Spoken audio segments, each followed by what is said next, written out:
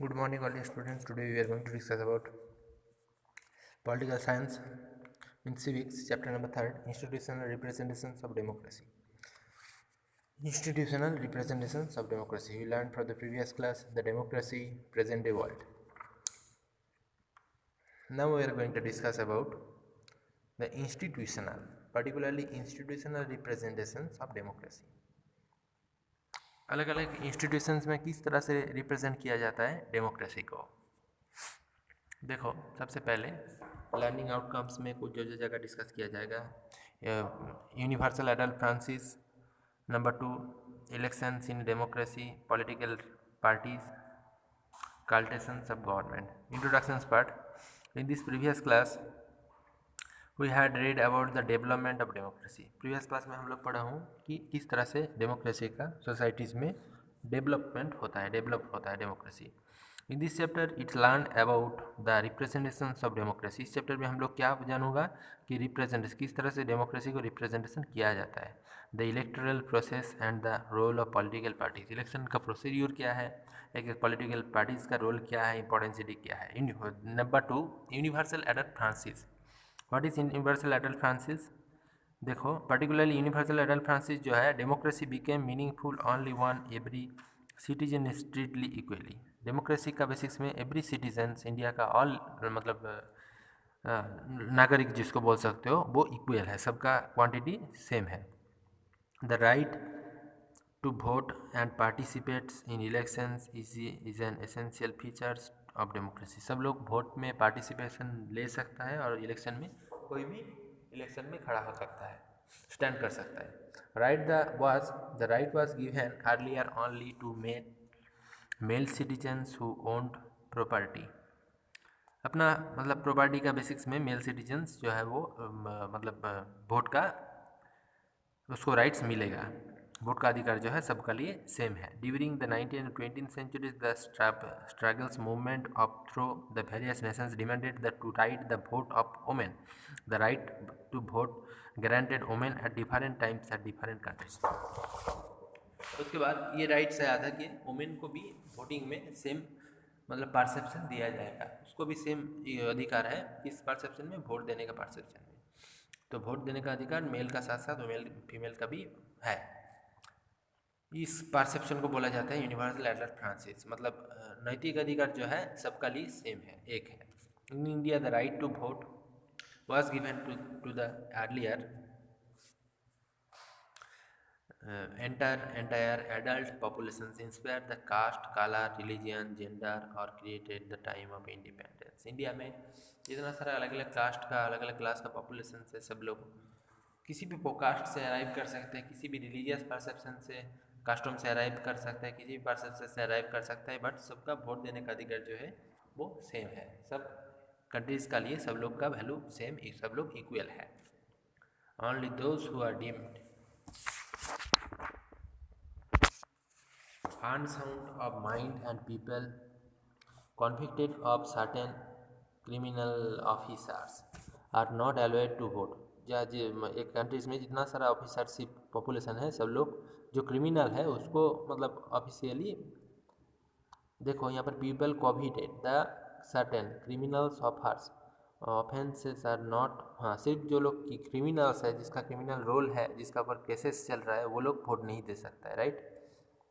Universal all adult, universal means all adult above the age of 18 age से जो above age का है, and franchise the right to vote. Universal adult franchise जो term है उसका meaning यहाँ पर बताया गया है। देखो, यूनिवर्सल मीन्स ऑल, मतलब हर लोग, अबव द एज ऑफ 18 जिसका एज 18 एज से ज़्यादा एज है, और राइट टू वोट वो लोग वोट दे सकता है। Is the basis of modern democracy. Modern democracy का मेन बेसिस है man and women, rich and poor, educated and uneducated, all the treated equal. Man से वोमेन भी से इक्वल है, मैन भी इक्वल है, रिच और पुअर भी इक्वल है, एडुकेटेड हो सके और ना अनएडुकेटेड हो, सब लोग वोट दे सकते हैं।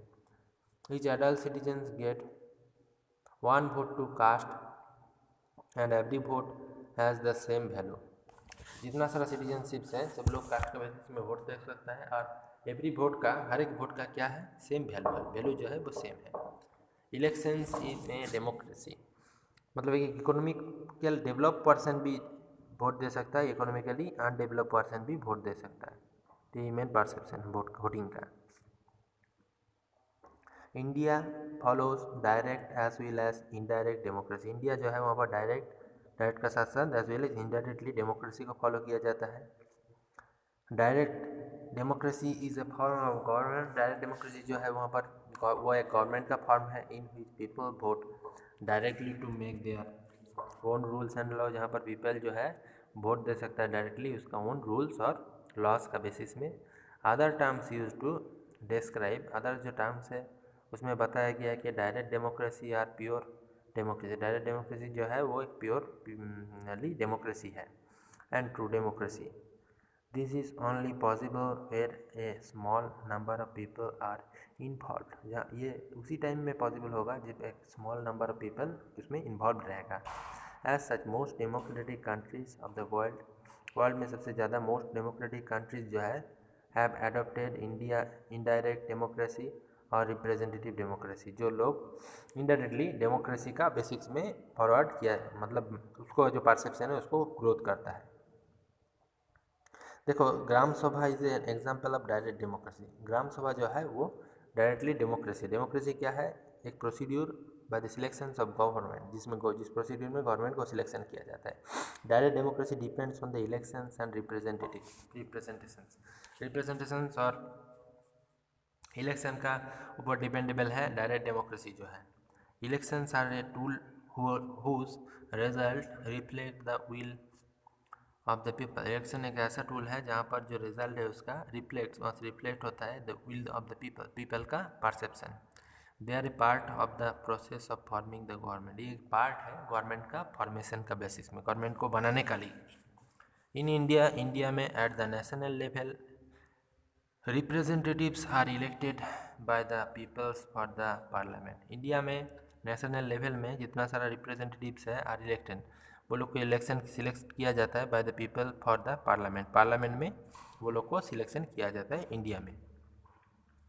एट द स्टेट लेवल में representatives are elected for the state assembly, representative को कहाँ पर इलेक्ट किया जाता है, स्टेट का जो असेंबली है उसमें। दे फ्रॉम द लेजिस्लेचर, जहाँ पर लेजिस्लेचर रहता है, the representatives are accountable to the legislator for their action, representative जो है वो लेजिस्लेटर के एक्शन का बेसिस में उसको सिलेक्ट किया जाता है। देखो elections for the parliament and the state legislative assembly are held after every 5 years, हर 5 ईयर्स का ड्यूरेशन में क्या होता है वहाँ पर असेंबलीज होता है। कौन सा असेंबलीज होता है, पार्लियामेंट में जो वोटिंग का असेंबलीज है। सिलेक्शन का जो परसेप्शन है, election commission of India is an autonomous constitutional body in set of 1950 में इंडिया में जो इलेक्शन प्रोसीड्यूर है वो एक ऑटोनोमस टाइप का है, बहुत ही फेमस है, इम्पोर्टेंट है, जो 1950 में एस्टेब्लिशमेंट किया गया था जिसका। The voter list, what is voter list क्या है, the election commission prepared the voters list before the election, election का पहले क्या होता है, इलेक्शन का कमीशन जो है वो वोटर लिस्ट बनाता है। It removes the names of the dead and the added the name of the whole who's become eligible for the cast their vote in that years।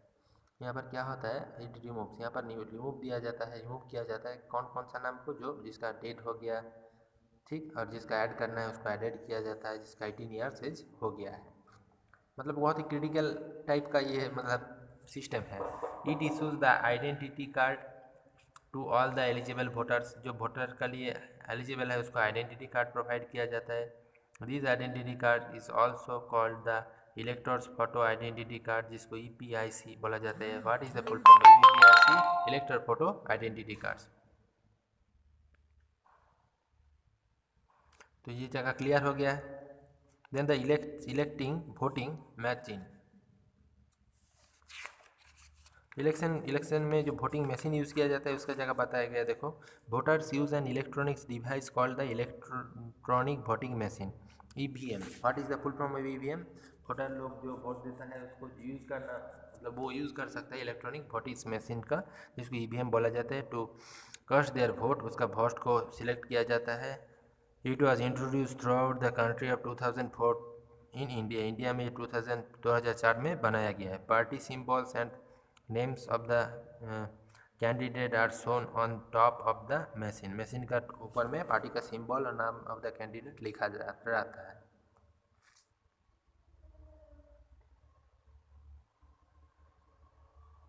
ये जगह हो गया। देन उसके बाद देखो इलेक्टोरल कॉन्स्टिट्यूशन, देखो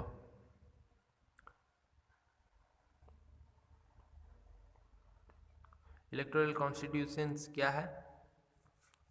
Electoral constitution is the territorial area from where a representative gets elected either the parliament or to the state assembly। ये एक टेरिटोरियल एरिया है जहाँ पर इलेक्शन किया जाता है। इलेक्शन में इलेक्शन का प्रोसीड्यूर सिलेक्टेड किया जाता है, हेल्ड किया जाता है। The country is divided into several constitutions, देखो constituencies for the purpose of election, election का पर्पस में कंट्रीज़ को डिवाइड किया गया है बहुत सारा कॉन्स्टिट्यूसीज में। Generally constituencies have to same number of voters and one representative from each constitution is elected, जहाँ पर जो वोट में स्टैंड किया है उसका जितना सारा वोटर्स है, वोटिंग का जो सिस्टम है उसको वहाँ पर लिया जाता है।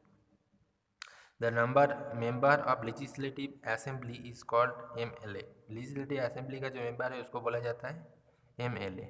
The member of legislative assembly, जिसका फुल फॉर्म है member of legislative assembly, याद रखना ये जगह, member of legislative assembly, full form of MLA। The elected representatives get sent seat by the state legislative assembly for her constitution, उसको seat मिलता है state legislative assembly का थ्रू। देन उसके बाद देखो आ रहा हूँ इलेक्टोरल प्रोसेस। इलेक्टोरल का प्रोसेस क्या है? Free and fair elections are conducted by the election commission of India, India में जो इलेक्शन कमीशन है उसका पास फ्री एंड फेयरली इलेक्शन लिया जाता है, इलेक्शन का प्रोसीड्यूर को कंप्लीट किया जाता है। It is the backbone of our democracy, ये डेमोक्रेसी का मेन बैकबोन है, पीछे का जिसको रीढ़ का हड्डी बोल सकते हो। It is the duty of elections commission decided the announce for the dates elections, यहाँ पर इलेक्शन का जो डेट्स है उसको पहले से सिलेक्ट किया जाता है, पूरा फॉर्मल है, स्ट्रक्चरेबिलिटी है ये। Election commission less down the rules and the code the conduct for the followed by the political parties, और पॉलिटिकल पार्टीज का जो रूल है रेगुलेशन है उसको इलेक्शन कमीशन में फॉलो किया जाता है। It also arrange the country the counting of the voters जो वोट दे रहे हैं उसको अरेंज किया जाता है। अनाउंस द रिजल्ट अनाउंस किया जाता है किसका? इलेक्शन का। All political parties contesting the elections have to be resign registered with the election commission, election commission के पास जितना सारा पॉलिटिकल पार्टी है वो लोग रजिस्टर कराता है जिसको इलेक्शन में स्टैंड करना है। Any citizens of India above the age of 25 years can constant elections of the Lok Sabha India में और द लेजिस्लेटिव असेंबली, इंडिया में जो भी इलेक्शन में स्टैंड करना चाहता है जिसका एज जो है वो 25 ईयर्स से ज़्यादा है, वो लोग लोकसभा जो असेंबली है वहाँ पर इलेक्शन कमीशन मतलब इलेक्शन में स्टैंड कर सकता है।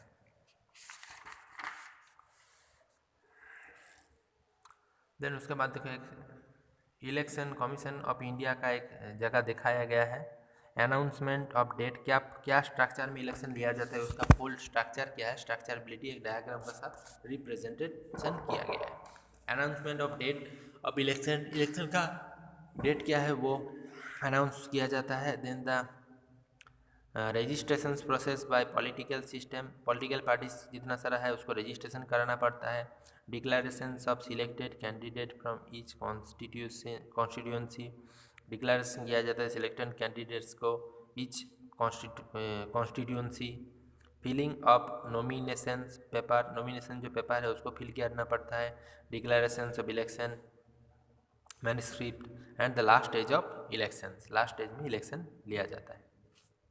देन द पॉलिटिकल पार्टीज़ की जगह बताया गया है यहाँ पर। उसके बाद represent the many political parties, political parties are the essence of democracy, political parties जो है वो डेमोक्रेसी का मेन फीचर्स है।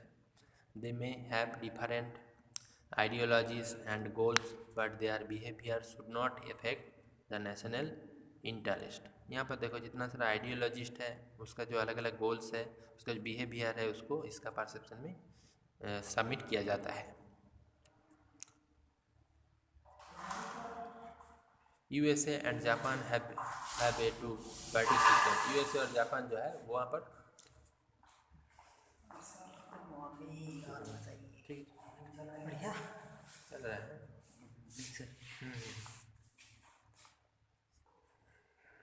फिर